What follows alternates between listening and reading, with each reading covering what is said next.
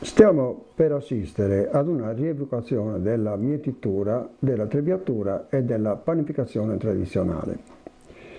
Bisogna subito dire che rievocare il passato non è una perdita di tempo o un'operazione nostalgica di un gruppo di anziani, tutt'altro.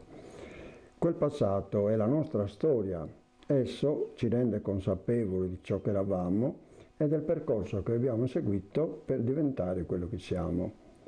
Come vedete, qui sono all'opera un gruppo di anziani che, a beneficio dei giovani, sta riproducendo l'antichissima arte del contadino tradizionale, coltivatore di grano, un'attività rimasta immutata per migliaia di anni e nello stesso tempo recente, visto che questi uomini hanno fatto in tempo a conoscerla e ad impararne il mestiere.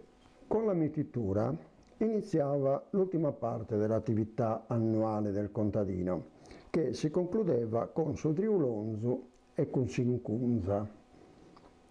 I mesi erano quelli di Lampadas e Triulas, giugno e luglio, periodo di grande caldo, un caldo che però non limitava affatto il lavoro. Si iniziava all'alba e si continuava con brevi intervalli fino al tramonto.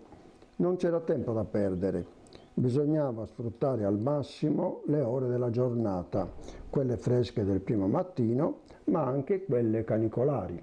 Era necessario concludere il lavoro della mietitura nel minor tempo possibile, un po' per evitare che le spighe inaridissero troppo, ma soprattutto per i pericoli sempre in agguato, incendi, temporali improvvisi, sconfinamenti di bestiame e quant'altro.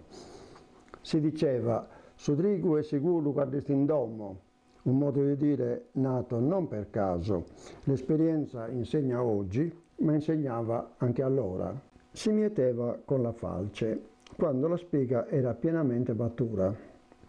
Sul messadore, con la mano sinistra stringeva in pugno un mazzo di spighe, con la falce lo recideva, gli dava una prima legatura formando su mannugru, continuava fino alla quantità che era in grado di tenere in mano, poi lo legava col gambo di alcune spighe e formava così samanada. La depositava per terra e continuava samanada successiva. Le pause da lavoro erano ridotte al minimo.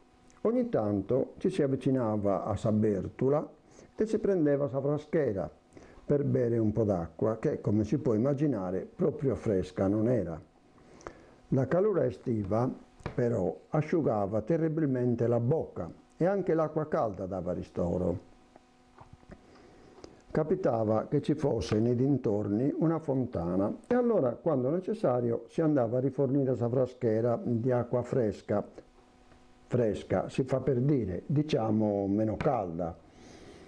Per tenerla almeno tiepida si sfruttava l'ombra di qualche provvidenziale quercia nei dintorni o, in mancanza, ci si accontentava di qualche ala e muro. Non mancava mai il sarile, perché c'era chi all'acqua preferiva un sorso di vino, per lui più dissettante e più energetico. E di energia in quei giorni ce n'era tanto bisogno. Nelle annate buone, quel lavoro, nonostante tutto, regalava soddisfazioni al contadino. Finalmente si vedeva il traguardo, Sincunza era vicina, e quindi la possibilità di rifornire la dispensa ormai quasi vuota e di saldare debiti contratti proprio con la formula di pagare a Sincunza. Un percorso iniziato più di 10 mesi prima, con la rattura e la semina, e poi, seguendo passo passo la piantina del grano nel suo quotidiano sviluppo, con uno sguardo al cielo in attesa della pioggia che tardava ad arrivare, o se era troppa in attesa delle giornate di sole che ne aiutassero lo sviluppo. Quelle piantine di grano che crescevano erano creature fragili, esposte a intemperie e calamità, una gelata, un attacco delle cavallette, un temporale troppo violento. Si sperava sempre che la pioggia arrivasse al momento giusto e che non fosse troppa, e guai se veniva a mancare, perché le piantine ne avevano assoluto bisogno per crescere sane e rigogliose.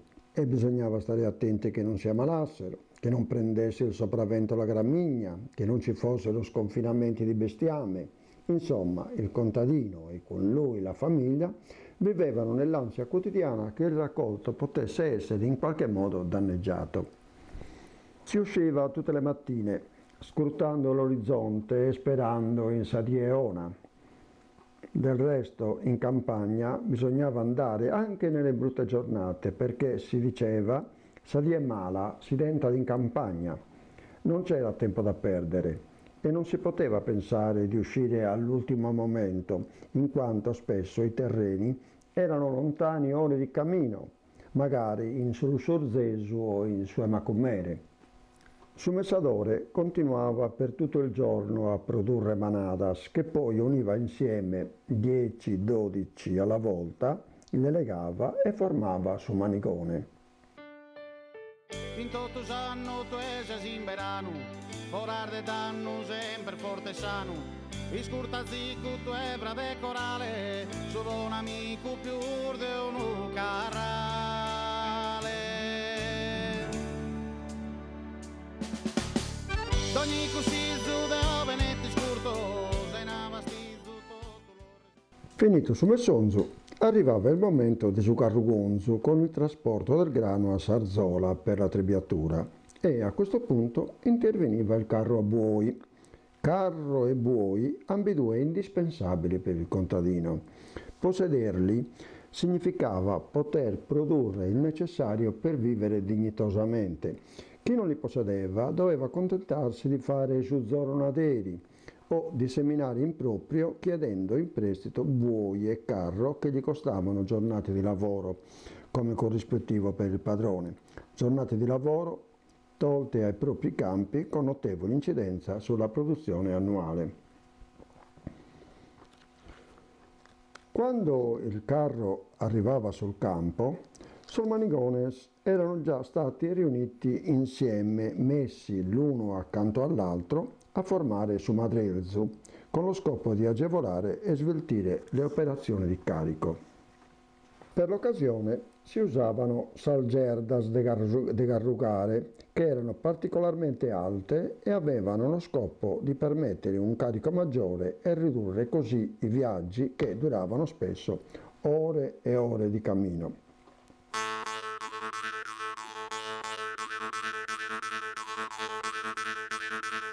Sul Manigones venivano sistemati l'uno accanto all'altro partendo dalla parte anteriore, badando a non sprecare spazio e che il carico fosse ben equilibrato e ben assicurato con funi robuste per reggere alle forti sollecitazioni lungo il cammino che portava all'Aia.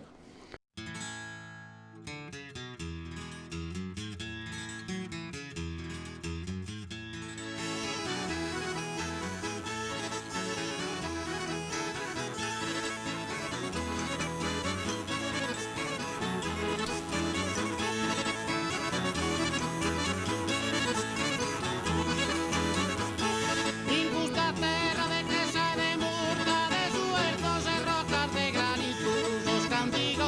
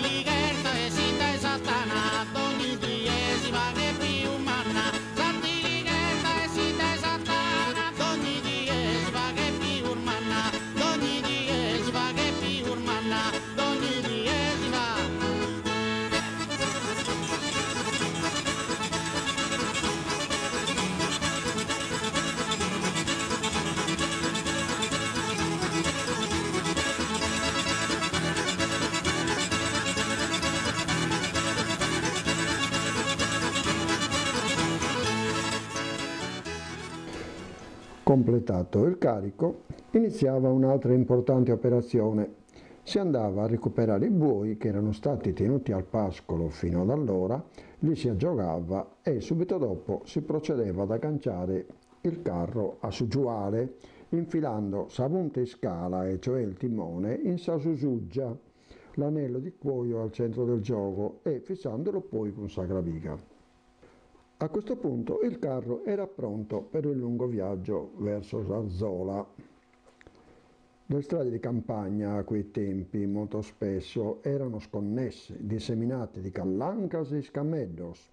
Gli ostacoli più rischiosi erano i massi sporgenti sugli scameddos.